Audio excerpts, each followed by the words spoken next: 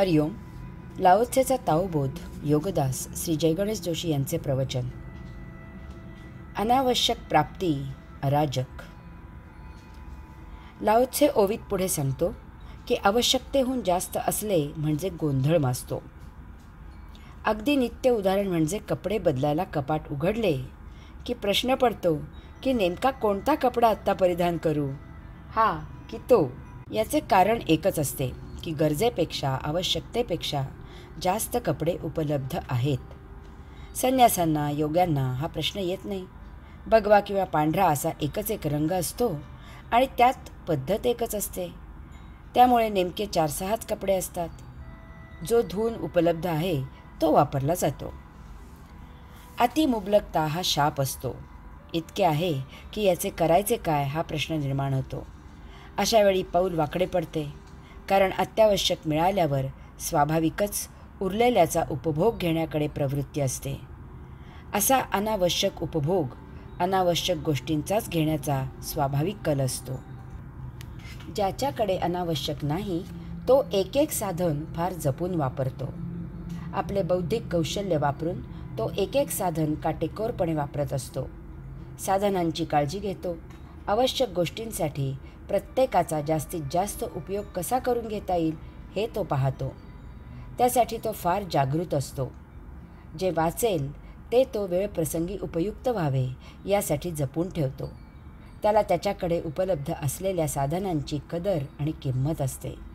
तो त्यांचे नियोजन फार उत्कृष्ट करतो. काहीही वाया जाऊ देत नाही की कशाचा दुरुपयोग होऊ देत नाही.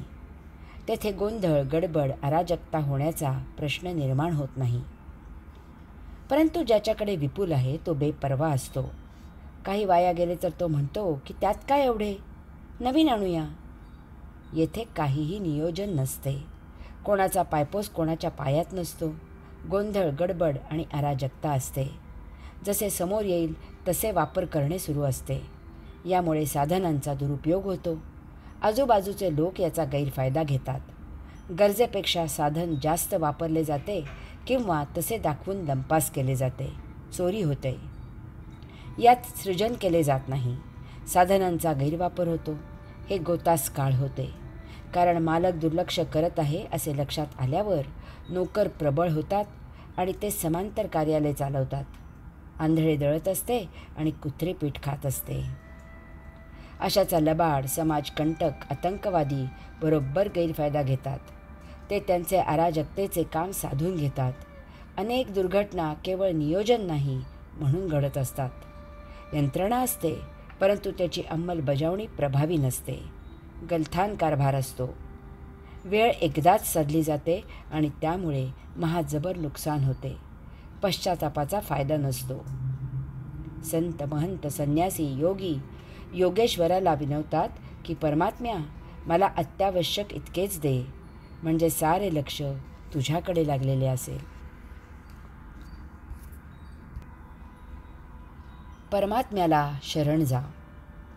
ओवीचा शेवट करताना लाओत्से उपदेश करत आहे की म्हणून संन्यासी, योगी त्या एकमेवाद्वितीयाची कास सोडत नाहीत. ते विश्वाचा आदर्श होतात. लाओत्सेने या ओवीत फार मोलाचा, नित्यदिनी फार उपयुक्त असा उपदेश केला आहे. त्याने सांगितले की संघर्ष निरर्थक आहे. संघर्ष करून कोणाचेच भले होत नाही. दोन्हीही बाजूने मानसिक, शारीरिक, आर्थिक तोटा मात्र नक्की होतो. यास्तव लाओत्से सांगतो की सहकार्य करणे म्हणजे संपूर्ण वाचवणे आहे. त्यासाठी अंगी नम्रता बाळगावी.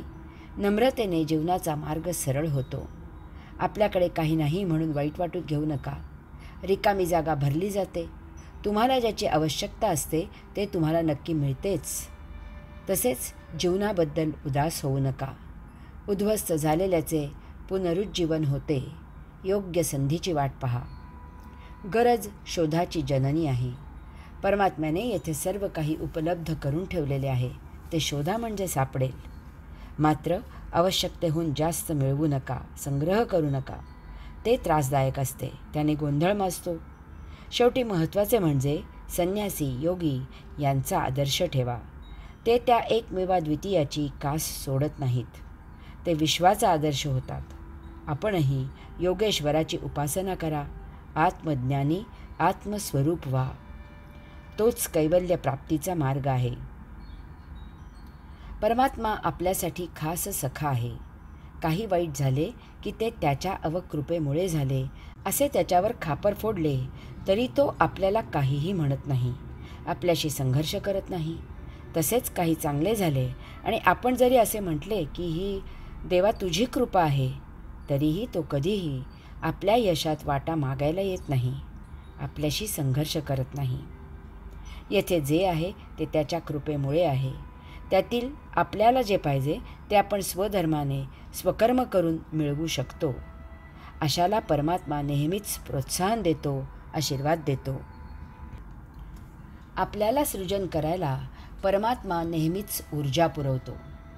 त्याला विनम्र भावनेने शरण गेले की तो कृपाळू आपल्याला योग्य मार्गदर्शन करतो.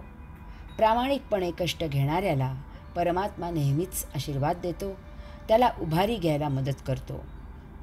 आपणही परमात्म्याची ही शिकवण लक्षात घ्यावी. जसे परमात्मा आपल्याला अडीअडचणीला मदत करतो, तशीच मदत आपणही गरजूंना करावी. विनाकारण आपल्याजवळ अनावश्यक साठवण करू नये. आपल्याकडील जास्तीचे वेळीच गरजूंना द्यावे. आपल्याला परमात्म्याने आपल्या गरजेपेक्षा जास्त मिळवण्याची क्षमता दिली आहे. ती गरजूंच्या उपयोगी होण्यासाठीच दिली आहे. हे असे करणे हे परमात्म्याचेच काम करणे आहे. या योगे संघर्ष तर होत नाहीच, परंतु सहकार्य वाढते, प्रेम वृद्धिंगत होते. हा आपला आदर्श इतरांना अशाच प्रकारच्या परमात्म्याच्या कार्याला प्रोत्साहित करतो. हेही परमात्म्याचेच कार्य आहे. हरि ओम.